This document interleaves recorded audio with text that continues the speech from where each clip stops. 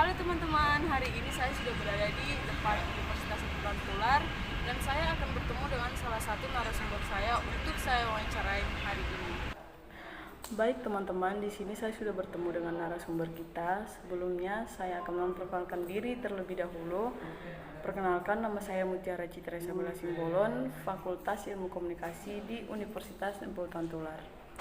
Dan yang di samping saya ini adalah saudara Ongki Laratmase. Beliau adalah salah satu mahasiswa di Fakultas Hukum Universitas Sapienza Tular. Baik Kak Ongki, tidak usah terlalu berlama-lama, kita langsung ke pembahasan wawancara kita hari ini.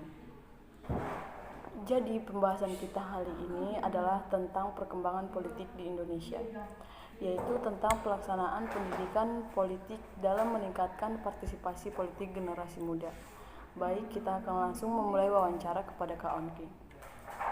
Menurut Anda, apa itu pendidikan politik dan apa saja partisipasi politik generasi muda? Pendidikan politik itu adalah proses pembelajaran, upaya menanamkan pemahaman tentang hak, kewajiban, serta tanggung jawab warga negara dalam kehidupan berbangsa dan bernegara. Partisipasi politik generasi muda itu sendiri bisa kita lihat dalam upaya untuk melaksanakan kebijakan pemerintahan. Generasi muda bisa dapat ikut serta melakukan keikutsertaan dalam mengambil keputusan, menilai keputusan, serta mengawal keberlangsungan keputusan itu sendiri. Oke, baik Kak Ongki. Untuk pertanyaan selanjutnya, menurut Anda apa itu fungsi dan peran pendidikan politik dalam kehidupan bermasyarakat? Pendidikan politik itu sangat penting peranan fungsinya di masyarakat. Yang pertama bisa kita lihat dalam banyak masyarakat yang hari ini tidak ada kesadaran dalam berpolitik, dalam mengambil atau mengikut sertakan diri dalam berpolitik. Ya bisa kita tahu sendiri bahwasanya politik itu sudah dicap sebagai momok yang buruk, sebagai itu akan menjadi suatu ketakutan ketika orang ingin terjun ke dunia politik itu sendiri. Kenapa? Karena pada nyatanya banyak tokoh-tokoh politik yang berpengaruh di negara ini, misalnya dia melakukan kebijakan yang tidak adil di mata masyarakat. Nah, itu yang membuat satu ketakutan bagi masyarakat atau generasi muda dalam terjun untuk mengawal atau mengikut sertakan diri dalam politik itu sendiri. Jadi sangat penting untuk membangun kesadaran, karena pada hari ini banyak generasi muda yang tidak sadar dalam arti pentingnya untuk berpolitik atau politik itu sendiri. Mungkin begitu. Oke, baik, Kak Ongki tadi sudah menjelaskan fungsi dan peran pendidikan politik dalam kehidupan bermasyarakat.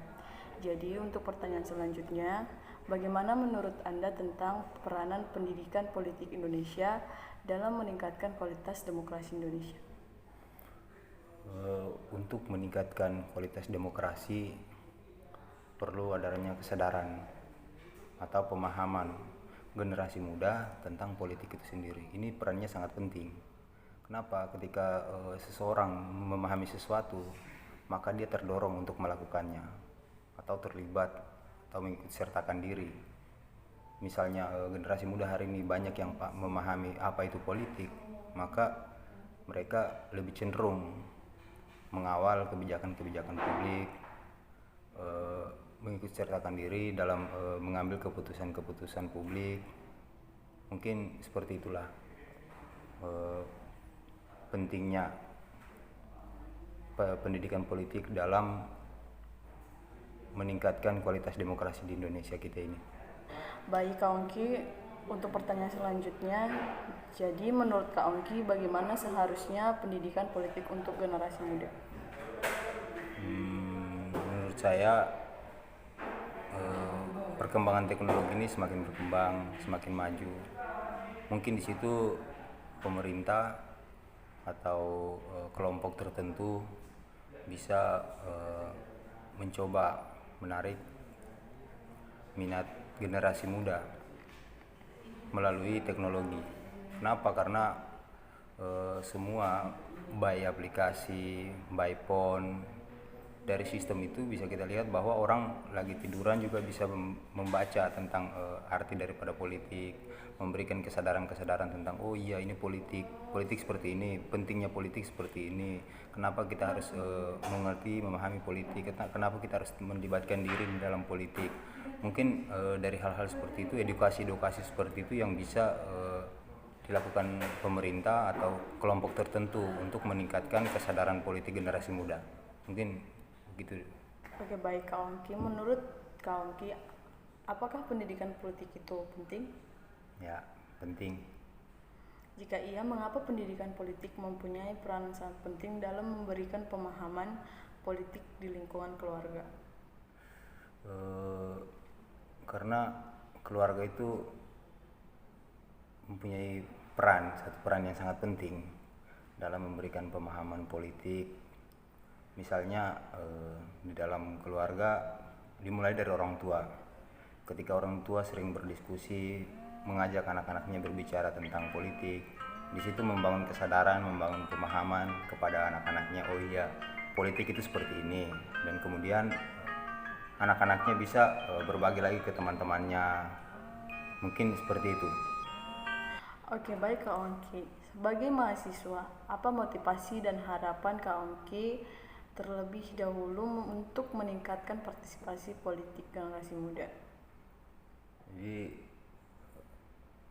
saya berharap kepada generasi muda agar lebih cenderung melakukan literasi, karena kita sebagai generasi muda adalah penentu masa depan bangsa dan negara.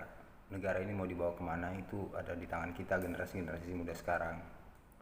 Jadi ketika kita selaku generasi muda mengembangkan literasi kita, di situ saya yakin dan bahkan saya percaya bahwa generasi muda pada saat ini akan siap untuk menjadi pemimpin di masa depan nanti.